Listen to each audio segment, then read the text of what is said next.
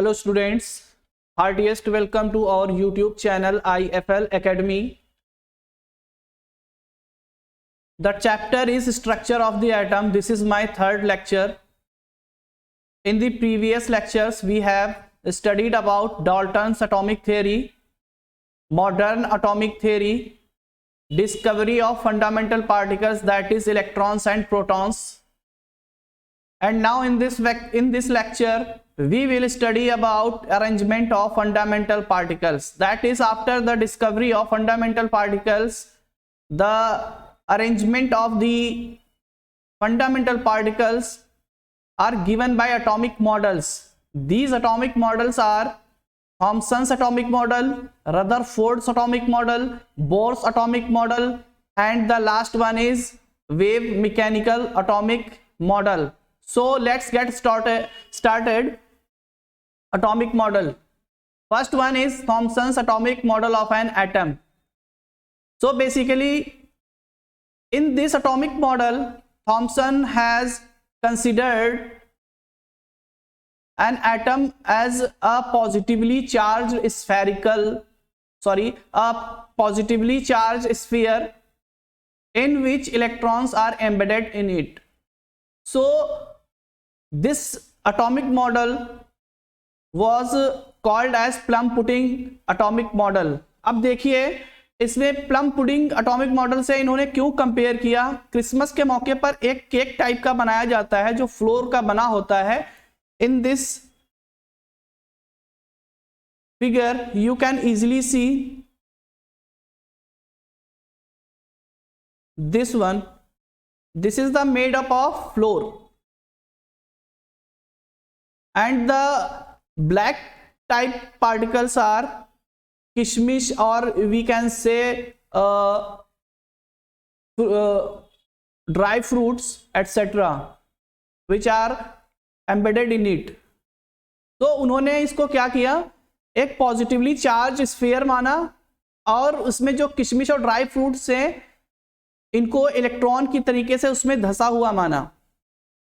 तो इस तरीके से उन्होंने टोटल चार्ज को क्या किया, पॉजिटिवली चार्ज्ड और नेगेटिवली चार्ज पार्टिकल को मिला करके एटम को इलेक्ट्रिकली न्यूट्रल माना।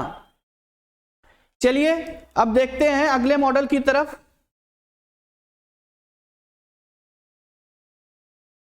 ये इस मॉडल को जो है हम वाटरमेलन मॉडल से कंपेयर भी कर सकते हैं, जिसमें जो रेड पार्ट है, जो एडिबल पार्ट है जो हम खाते हैं उसको हम पॉजिटिवली चार्ज मानते हैं, और जो आपको ब्लैक कलर के सीड्स दिख रहे हैं ये इनको क्या मानते हैं, negatively charged particle, that is electrons, जो इसमें धसे हुए होते हैं। तो आप इन दोनों को एटम मॉडल और वाटरमेलन मॉडल से आप कंपेयर कर सकते हैं कि इसमें देखिए नेगेटिव चार्ज है और पूरा जो आपको रेड टाइप का इसमें जो दिख रहा है ये क्या है, positively charged sphere. So after this atomic model, Rutherford has given his atomic model and he was expected some results from the Thomson's atomic model. तो बेसिकली जो थॉमसन ने एटॉमिक मॉडल दिया था, रदरफोर्ड ने उससे कुछ रिजल्ट्स एक्सपेक्ट किए थे। वो रिजल्ट्स एक्सपेक्ट करने के लिए उन्होंने अपना एक नया सेटअप तैयार किया। उस सेटअप में उन्होंने क्या किया कि अल्फा पार्टिकल्स यूज किए और एक गोल्ड फॉइल यूज की। उसके बाद में अल्फा पार्टिकल के बम्बार्डमेंट जो है वो गोल्ड फॉइल पर करने के बाद कुछ रिजल्ट्स उन्होंने एक्वायर किए। जैसे कि आप देख सकते हैं कि थॉमसन मॉडल के हिसाब से जो आपके जो अल्फा पार्टिकल्स थे, अल्फा पार्टिकल जो है थॉमसन मॉडल के हिसाब से कंप्लीटली जो है पास हो जाने चाहिए थे, कंप्लीटली पास हो जाने चाहिए थे from the model, but he has seen some unexpected postulates. तो इसका एक एनिमेशन है, इस एनिमेशन के जरिए से देख सकते हैं आप कि जो एक्सपेक्टेड रिजल्ट थे वो क्या थे और एक्चुअल में इन्होंने क्या देखा। तो इस तरह से थॉमसन का जो गिवन मॉडल था वो फेल हो गया। अब हम इसके बारे में, रदरफोर्ड के एटॉमिक मॉडल के बारे में डिटेल में पढ़ते हैं कि किस तरह से ये एक्सपेरिमेंट किया गया। इनके इस एक्सपेरिमेंट को रदरफोर्ड्स अल्फा स्कैटरिंग एक्सपेरिमेंट भी कहते हैं। तो चलिए इसमें थोड़ी सी डिटेल स्टडी करते हैं कि बेसिकली क्या हुआ था। तो अर्नेस्ट रदरफोर्ड और उनके कुछ को-वर्कर्स थे जिन्होंने कुछ न्यूमरस एक्सपेरिमेंट्स परफॉर्म किए। उसके बाद में उन्होंने कुछ रिजल्ट्स निकाले।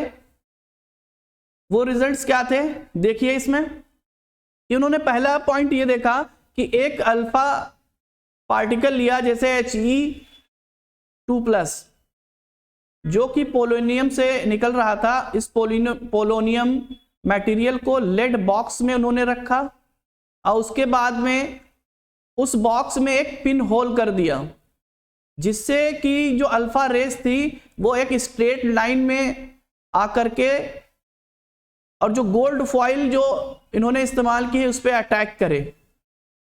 और उसके पीछे जो है उन्होंने एक जिंक सल्फाइड की स्क्रीन लगा दी थी, जिससे कि अगर कोई अल्फा पार्टिकल उस गोल्ड फॉइल से पास आउट होता है तो उस पर एक फ्लोरोसेंस टाइप की क्रिएट करे, यानी एक चमक जो है क्रिएट करे। तो उन्होंने दूसरा पॉइंट में ये देखा कि लगभग 99% पार्टिकल्स जो थे वो बिना डिफ्लेक्ट हुए उस गोल्ड फॉइल से पास हुए जा रहे थे और ZNS स्क्रीन पर एक इल्यूमिनेशन क्रिएट कर रहे थे। उसमें से बहुत ही कम कुछ अल्फा पार्टिकल्स ऐसे थे जो एक स्मॉल डिफ्लेक्शन शो कर रहे थे थ्रू द गोल्ड फॉइल। उसके बाद में ये तीसरा रिजल्ट था। चौथा रिजल्ट ये था कि बहुत ही कम, ऐसे मान सकते हैं कि आप लगभग 20,000 अल्फा पार्टिकल में से केवल एक अल्फा पार्टिकल जो था वो क्या हो रहा था, 180 डिग्री पर बैक होकर के सोर्स की तरफ वापस आ रहा था।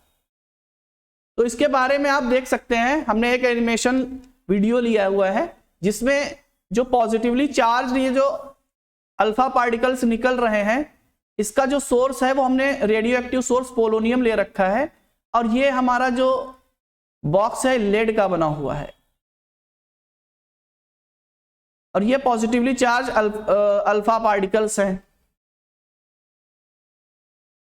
तो ये पहली चीज हो गई। अब क्या किया हमने, इन अल्फा पार्टिकल्स के बीच में एक गोल्ड फॉइल को प्लेस कर दिया। आप इजीली इस वीडियो में देख सकते हैं कि किस तरीके से हमने गोल्ड फॉइल को प्लेस कर रखा है। और जो एक्सपेक्टेड रिजल्ट होने थे थॉमसन मॉडल के, उसके लिए हमने क्या किया कि ये जो अल्फा पार्टिकल्स थे ये कंप्लीटली पास आउट हो जाने चाहिए थे।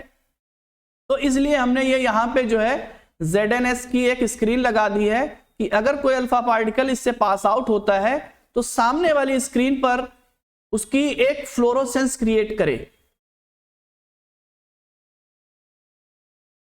अब देखिए आप कि पास होने के बाद जो रिजल्ट्स मिले वो किस तरीके के थे कि इसमें से लगभग 99% जो अल्फा पार्टिकल्स स्टूडेंट्स जो थे वो क्या हो रहे थे, सीधे बिल्कुल स्ट्रेट लाइन में पास आउट हो रहे थे। कुछ ऐसे पार्टिकल आप देख सकते हैं ये क्या हो रहे हैं, कुछ एंगल पे डिफ्लेक्ट हो रहे हैं और कुछ ऐसे पार्टिकल हैं जो सोर्स की तरफ वापस आ रहे हैं। ये देखिए ये सोर्स की तरफ वापस जा रहे हैं। अब आप देखिए इसको थोड़ा माइक्रो लेवल पे देखते हैं। तो गोल्ड फॉइल एटम्स की ही बनी हुई होती है। तो इस वीडियो में आप देख सकते हैं कि किस तरह से जो पॉजिटिव चार्ज यानी अल्फा पार्टिकल्स हैं गोल्ड फॉइल के एटम से डायरेक्टली पास हो रहे हैं, कुछ डिफ्लेक्ट हो रहे हैं और कुछ 180 डिग्री पर रिबाउंड हो रहे हैं। अब इसको आप एक साथ वीडियो में देख सकते हैं कि किस तरीके से पूरा अरेंजमेंट लिया गया था। चलिए इसको अब आप इस एनिमेशन के थ्रू भी देख सकते हैं कि ये देखिए अगर इसको मैं रे से एक रिप्रेजेंट करूं अल्फा पार्टिकल को तो उनका पाथ किस तरीके से डेविएट हो रहा है। तो लगभग 99% रेस जो है ये पास आउट हो जा रही हैं, कुछ डिफ्लेक्ट हो रही हैं किसी स्मॉल एंगल से और कुछ क्या हो रही हैं अपने पाथ पे जो सोर्स ऑफ पाथ था उस पे रिफ्लेक्ट हो रही हैं। अब मेन टॉपिक पे आते हैं कि जो इंस्ट्रूमेंट्स या जो सेटअप इन्होंने लिया था, आखिर इसी मटेरियल को या इसी इंस्ट्रूमेंट को लेने की ज़रूरत क्या थी। सबसे पहले हम बात करते हैं इस लेड बॉक्स की, कि इन्होंने लेड बॉक्स ही क्यों लिया। देखिए लेड बॉक्स में जो हमने मटेरियल रखा है वो रेडियो एक्टिव है, जो लगातार क्या करता है, अल्फा पार्टिकल्स को जनरेट करता है। तो लेड मटेरियल में एक प्रॉपर्टी पाई जाती है, वो प्रॉपर्टी ये है कि लेड मटेरियल जो है ज्यादा से ज्यादा जो रेडिएशन होता है उसको एमिट होने से रोकता है, यानी वो खुद क्या कर लेता है, एब्जॉर्ब कर लेता है। उसके बाद में हम इसमें देखते हैं कि जो पार्टिकल लिए गए वो अल्फा पार्टिकल्स लिए गए। कौन से पार्टिकल्स? Alpha particles. तो अल्फा पार्टिकल्स ही लेने की जरूरत क्या थी? तो alpha particle is nothing but it is a nucleus of helium. कहने का सेंस ये है कि अगर हीलियम के न्यूक्लियस से, सॉरी हीलियम के ऑर्बिट से अगर इलेक्ट्रॉन्स को निकाल दिया जाए तो उसमें सिर्फ और सिर्फ प्रोटॉन बचता है। तो प्रोटॉन बचने की वजह से हम ये कह सकते हैं कि सिर्फ और सिर्फ पॉजिटिवली चार्ज बचता है, पॉजिटिवली चार्ज पार्टिकल ही क्या करेंगे, बचेंगे। तो हीलियम एटम्स यानी अल्फा पार्टिकल्स लेने की ही जरूरत क्या थी, क्वेश्चन हमारा ये है। तो हीलियम जो एटम्स होते हैं उनमें एक प्रॉपर्टी ये पाई जाती है कि इनकी जो एनर्जी होती है वेरी हाई होती है, इनकी एनर्जी जो होती है वेरी हाई होती है, और इनका जो वेट होता है थोड़ा हैवी होता है। तो इसलिए जिस तरीके से थॉमसन में अपना एटॉमिक मॉडल दिया था, उससे जो रिलेटेड जो एक्सपेक्टेशंस निकालनी थी वो हीलियम से ही पॉसिबल थी। उसके बाद में हम चलते हैं अगले टॉपिक की तरफ, जो गोल्ड फॉइल उन्होंने लिया था, कि आखिर उन्होंने गोल्ड फॉइल ही क्यों इस्तेमाल की। तो देखिए हम आज ये जान चुके हैं मटेरियल, कहने का मतलब ये है कि गोल्ड से ही पतली से पतली जो है आप फॉइल बना सकते हैं। दूसरे मटेरियल से इतनी पतली फॉइल बनाना इतना पॉसिबल नहीं है, और जो इसकी थिकनेस है वो लगभग 1000 टाइम्स है, 1000 टाइम्स है किसके, रेडियस ऑफ एन एटम। अगर हम हाइड्रोजन ले लें तो 1000 टाइम्स उसके रेडियस के इक्वल होगा। तो इससे पतली फॉइल बनाई नहीं जा सकती थी। तो जो एक्सपेक्टेड रिजल्ट जो गोल्ड फॉइल से हमें मिल सकते थे दूसरे मटेरियल से हमें पॉसिबल नहीं थे, इसीलिए उन्होंने गोल्ड फॉइल को इस्तेमाल किया। अगली बात यह है कि उसके लिए इन्होंने जो बाउंड्री इस्तेमाल की है, जो आप देख सकते हैं कि सर्कुलर टाइप की है, इस सर्कुलर टाइप की बाउंड्री पे इन्होंने ZNS की कोटिंग की थी। तो इसकी कोटिंग करने की जरूरत क्या थी? तो इसकी जरूरत बेसिकली बच्चों ये है कि जब भी कोई इस पे पार्टिकल टकराएगा तो ये देखिए आप चमक टाइप की दिख रही है, ये चमक दिख रही है। तो ZNS में क्वालिटी है कि जब भी अल्फा पार्टिकल इससे गोल्ड फाइल से पास आउट होकर के इस पे टकराएंगे तो एक चमक सी क्रिएट करेंगे। वो चमक ये बताएगा कि कितने नंबर ऑफ पार्टिकल्स जो है इससे पास आउट हुए जा रहे हैं, कौन से पार्टिकल जो है किसी एंगल पे डिफ्लेक्ट हो रहे हैं, या कौन से पार्टिकल रिबाउंड हो रहे हैं। तो आपको समझ में आ गया होगा कि जो उन्होंने बेसिक जो सेटअप लिया था अपने एक्सपेरिमेंट के लिए वो किस लिए लिया था। इसमें आप फिगर के जरिए से भी देख सकते हैं। अब अगर मैं रदरफोर्ड के मॉडल को किसी एक एलिमेंट पे इंप्लीमेंट करूं तो इसमें आप ऑब्जर्व कर सकते हैं कि लगभग ज्यादा से ज्यादा रेज क्या हो रही हैं, पास आउट हो जा रही हैं। कुछ रेज जो है न्यूक्लियस के पास आकर के क्या हो रही हैं, डिफ्लेक्ट हो रही हैं। ये देखिए आप, ये दो रेज जो हमने इसमें दिखाई हैं वो न्यूक्लियस के पास जाकर के डिफ्लेक्ट हो रही हैं, और कुछ रेज ऐसी हैं बिल्कुल न्यूक्लियस के सामने आकर के रिबाउंड हो रही हैं, जो हमने ये एक रेज दिखाई है। हमने आपको अभी बताया था कि लगभग 20,000 अल्फा पार्टिकल्स में से कोई एक इकलौता ऐसा अल्फा पार्टिकल होता है जो रिबाउंड होकर के अपने पाथ को रिट्रेस करता है। तो इससे भी आप ये जो है क्लियरली समझ सकते हैं। तो जो ऑब्जर्वेशंस इन्होंने अपने रिजल्ट में पाए उसमें क्या था कि जो large number of alpha particles थे वो अनडिफ्लेक्टेड क्या हो रहे थे, पास आउट हो जा रहे थे थ्रू द गोल्ड फॉइल। तो इससे ये बात प्रूफ होती है कि जो एटम का जो ज्यादा से ज्यादा स्पेस है वो क्या है, एम्प्टी है। तो ये पहला जो रिजल्ट इन्होंने निकाला।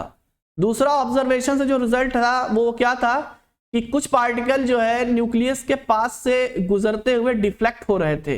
अभी जैसे कि हमने फिगर में देखा, तो इससे रिजल्ट ये निकला कि कहीं ना कहीं एटम में कोई एक मैसिव पार्ट है जो क्या है, पॉजिटिवली चार्ज्ड है। चलिए अगले रिजल्ट की तरफ बढ़ते हैं। अगला रिजल्ट जो उन्होंने निकाला वो ये था कि वेरी फ्यू पार्टिकल्स जो क्या हो रहे थे, अपने पाथ को रिट्रेस कर रहे थे, वो नंबर में बहुत ही कम थे। तो इससे उन्होंने रिजल्ट ये निकाला कि कहीं ना कहीं एटम के अंदर कोई एक कॉन्सेंट्रेटेड पार्ट है जिसमें एटम का सारा मास क्या है, कॉन्सेंट्रेटेड है। तो इससे इन्होंने न्यूक्लियस की क्या की, डिस्कवरी कर ली। सो बेसिकली कुछ रिजल्ट्स इनके ये थे जो आप स्क्रीन पे देख सकते हैं।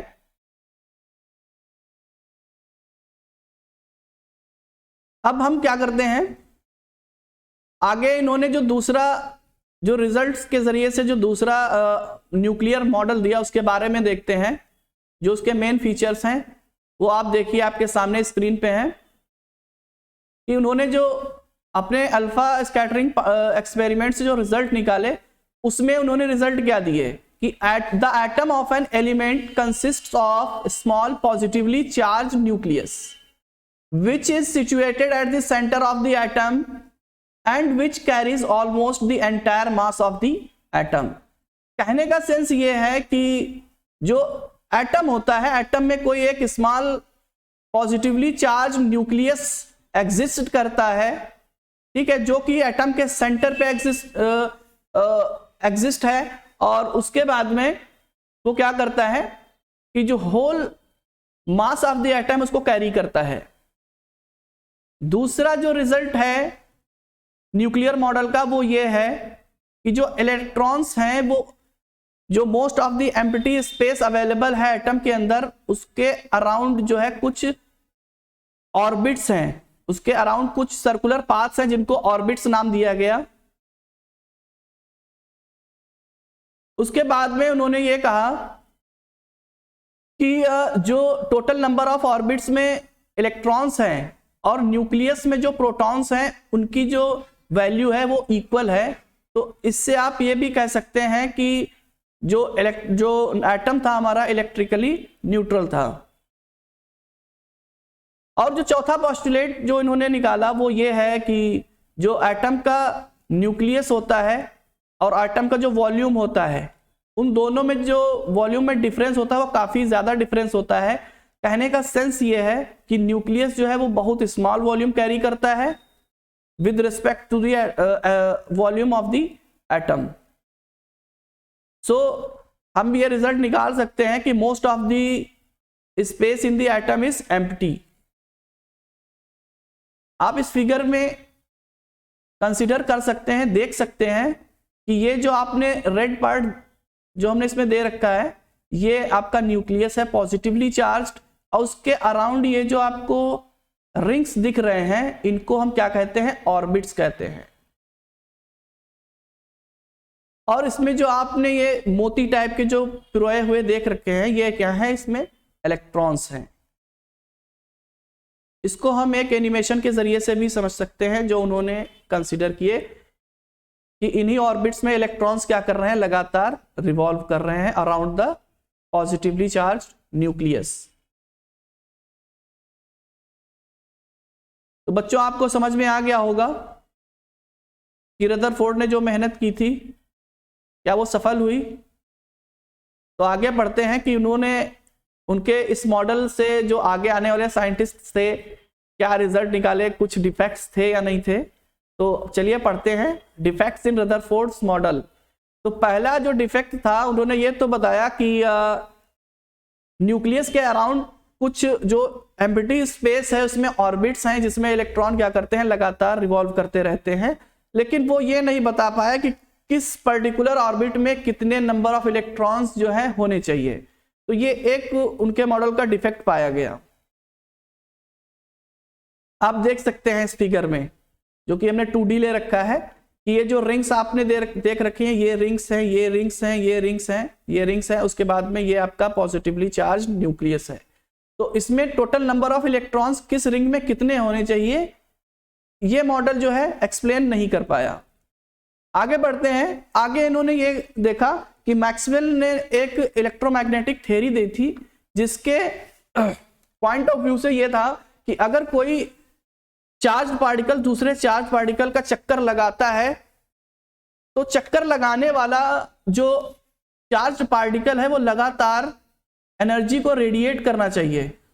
एनर्जी के रेडिएट करने से उसमें लॉस ऑफ एनर्जी होगा, और लॉस ऑफ एनर्जी होते होते उसमें उसकी स्पीड क्या होगी, धीमी होती जाएगी, और इवेंचुअली वो क्या करेगा, उसी न्यूक्लियस में फॉल हो जाना चाहिए। तो इसको भी वो सही से एक्सप्लेन इनका मॉडल नहीं कर पाया। तो आप देख सकते हैं कि किस तरीके से ये होता है कि सपोज ये हमने न्यूक्लियस ले लिया है, और ये जो इलेक्ट्रॉन है, ये इलेक्ट्रॉन आप देख सकते हैं किस तरीके से स्पाइरल पाथ पे ट्रेवल करना चाहिए, और धीरे धीरे क्या होगा, एनर्जी को रेडिएट करते करते इस स्पाइरल पाथ पे आते आते न्यूक्लियस में ही फॉल होकर के डिस्ट्रॉय हो जाना चाहिए। इसको चलिए एनिमेशन के जरिए से भी देख लेते हैं किस तरीके से होता है ये। आप देख रहे हैं एक इलेक्ट्रॉन हमने ले रखा है और एक न्यूक्लियस ले रखा है ये, और स्पाइरल पाथ पे ये इलेक्ट्रॉन रिवॉल्व कर रहा है और धीरे धीरे न्यूक्लियस में आकर के क्या हो रहा है, डिस्ट्रॉय होकर के डिसअपीयर हो रहा है। तो जो रदरफोर्ड का एटॉमिक मॉडल था वो ये भी एक्सप्लेन करने में असफल रहा। सो ये कुछ पोस्टुलेट्स थे, कुछ एटॉमिक मॉडल थे आज के लेक्चर के। तो आई होप कि आपको हमारा वीडियो समझ में आया होगा। The thought of the day is with the new day comes new strength and new thoughts.